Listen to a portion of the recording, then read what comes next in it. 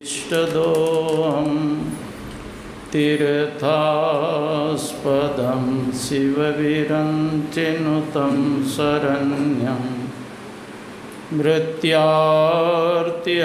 प्रणतपालभवाब्धिपोतं वन्दे महापुरुषते चरणारविन्दम् त्यक्त्वा सुदुस्त्यजसुरेप्सितराजलक्ष्मीं धर्मिष्ठ आर्यवचसा यद्गादरण्यं मायामृगं दयितयेप्सितमन्वधावत् वन्दे महापुरुषते चरणारविन्दम् अखण्डानन्दबोधाय शिष्यसन्तापहारिणे सच्चिदानन्दरूपाय रामाय गुरवे नमः। पूज्यपाद के श्री चरणों में कोटि सा नमन। पूज्यपाद गुरुजन, उपस्थित माताओं एवं भक्तिमती महलो, मधुमंगलमय संसमाज, आइए दो चार बार भगवान नाम का संकीर्तन करें। जय जय राम, जय जय राम, जय जय राम कहो जय जय राम, जय जय राम,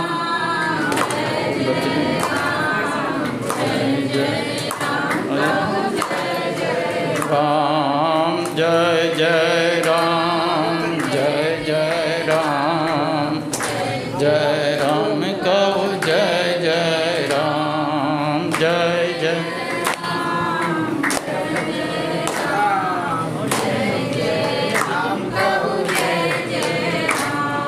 जयति जयति जय राम, ओ राम राम जयति जयति जय राम, जयति जयति जय राम, ओ राम राम जयति जयति जय राम।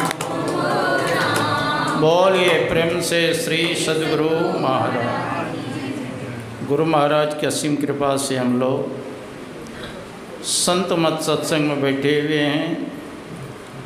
संत मत सत्संग के द्वारा एक ईश्वर भक्ति का प्रचार प्रसार किया जाता है और गुरु महाराज की विशेष कृपा है जो महर्षि में आश्रम कुप्पा घाट से गुरु सेवी स्वामी भगीरथ जी महाराज पदार्पण किए हैं, जिनके दर्शन और कल्याणकारी वचनों का श्रवण करेंगे।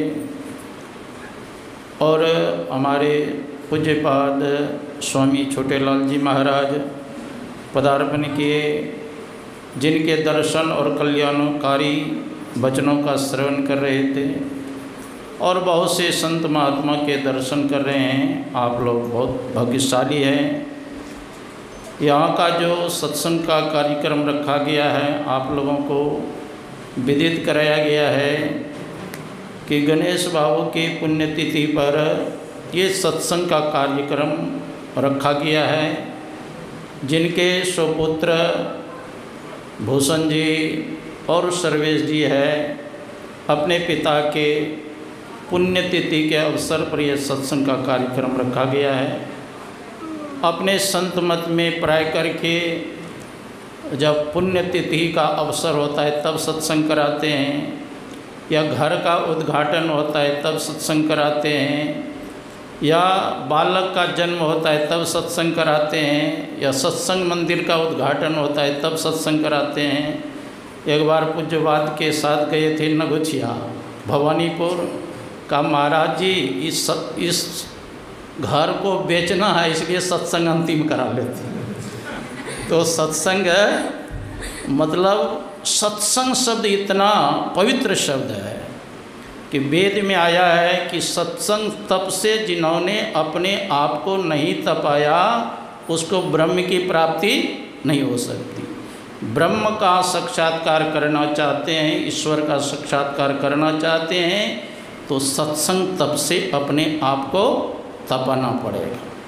शंकराचार्य जी महाराज कहते हैं सत्संगत्वे निसंगत्वम, निसंगत्वे निर्मोहत्वम, निर्मोहत्वे निश्चलितत्वम, निश्चलितत्वे जीवन मुक्ति।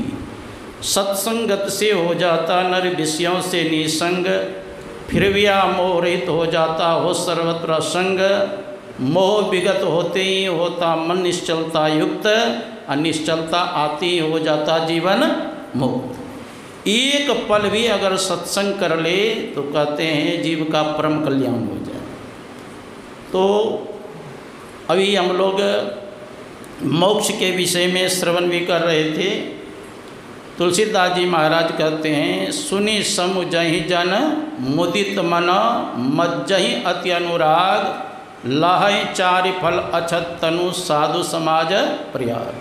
जो संतों के समाज में जाकर के आनंद मन से सुनते और समझते हैं, शरीर रहते कहते हैं 4 फल की प्राप्ति होती है, अर्थ धर्म काम और मोक्ष। और कहते हैं संपत्ति को आपके मन में है कि जिला अधिवेशन कराएंगे, अखिल भारतीय कराएंगे, अगर अर्थ नहीं होगा तो करा सकते हैं, क्योंकि बिनु धन धर्म होई नो खगेसा, बिना धन का धर्म नहीं होता है।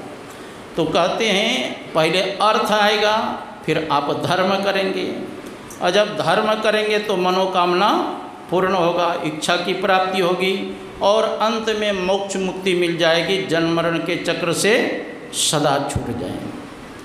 तो मोक्ष प्राप्त करने के लिए क्या करना पड़ेगा? गुरु महाराज के कल पाठ हुआ था, है ना, सत्संग सुधासागर से कहा, बाबा देवी साहब के पद को लेकर करने कृपा किए थे कि एक पत्र है और उसका 2 पृष्ठ है और 4 अध्याय है। तो इसी को अगर लोग अध्ययन कर ले तो उसका परम कल्याण हो जाए।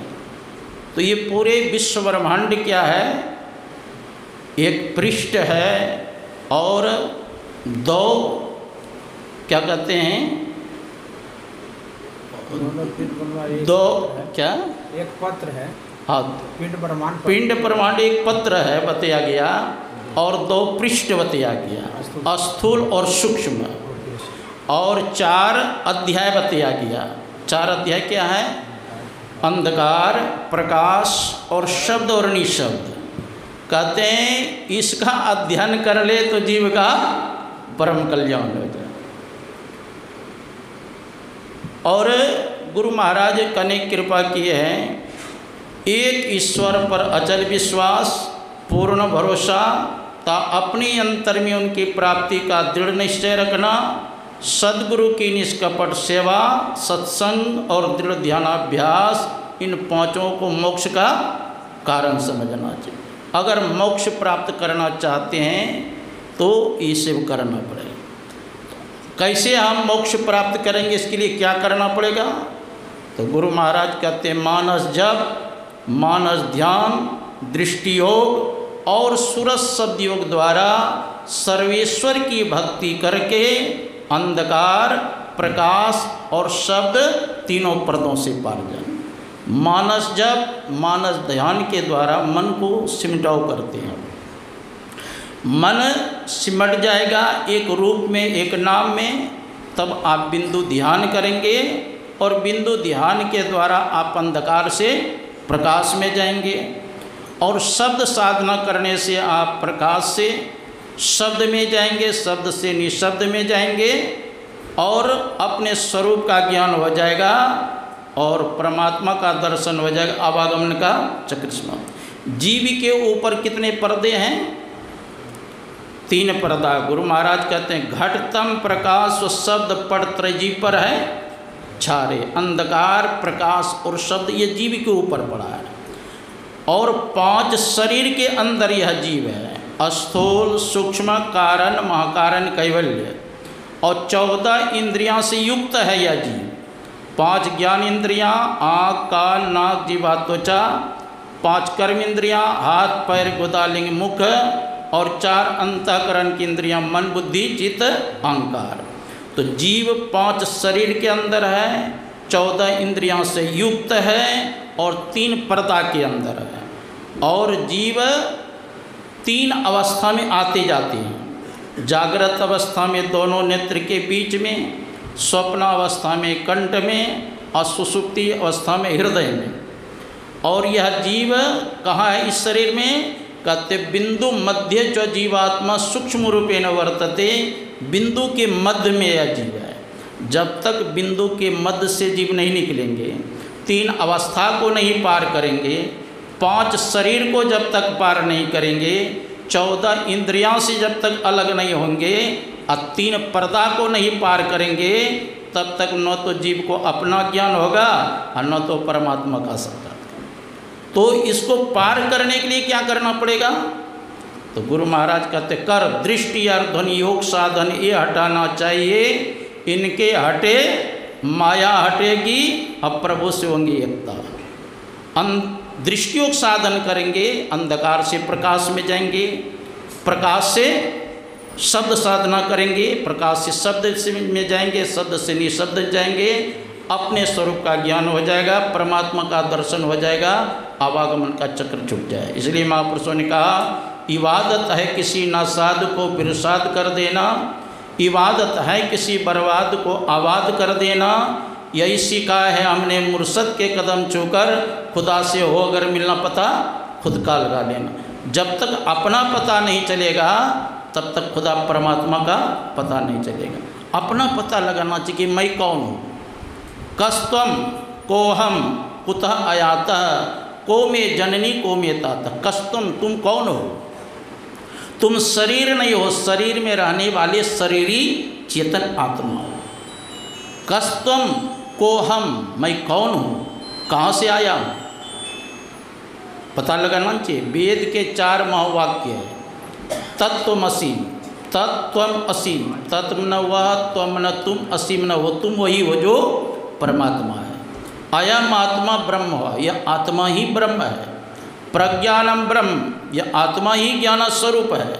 अहम ब्रह्मास्मि, अहम ब्रह्मास्मि, मैं ही ब्रह्म हूँ। ये ज्ञान कब होगा? हनुमान जी से मुक्तकोपनिषद में भगवान श्री राम ने पूछा था हम में और तुम में क्या अंतर है?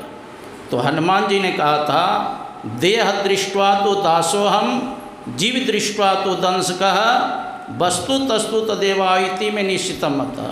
शरीर के दृष्टि से आप हमारे स्वामी हैं, मैं आपका दास हूँ। जीव के दृष्टि से आप अंशी हैं, मैं आपका अंश हूँ। और तत्व रूप में जो आप हैं सो मैं हूँ, जो मैं हूँ सो आप हैं, मेरे आप में कोई अंतर नहीं है। यही वेदांत ज्ञान। और बंधन का कारण शास्त्र में मन को बताया गया है। मन एवं मनुष्याणां कारणम बंध मोक्षयो, गुणेषु सक्तम बंधाय मोक्षाय तब से उच्चते। कहते हैं गुण में आसक्त हो जाना, विषय में आसक्त हो जाना, यही बंधन का कारण है। अगर मन जप में लग जाए, तप करने लग जाए, संतों की संगति करने लग जाए, ईश्वर के भक्ति करने लग जाए, यही मुक्ति का कारण बन जाता है। तो संतों से युक्ति जान करके हम लोग साधन करें, जन्म मरण के चक्र से छूट जाएंगे। विशेष रूप से पूज्य वाक्य मुखार में श्रवण करें। बोलिए श्री सद्गुरु महाराज की जय। आदेश बोल दीजिए तो आदेश।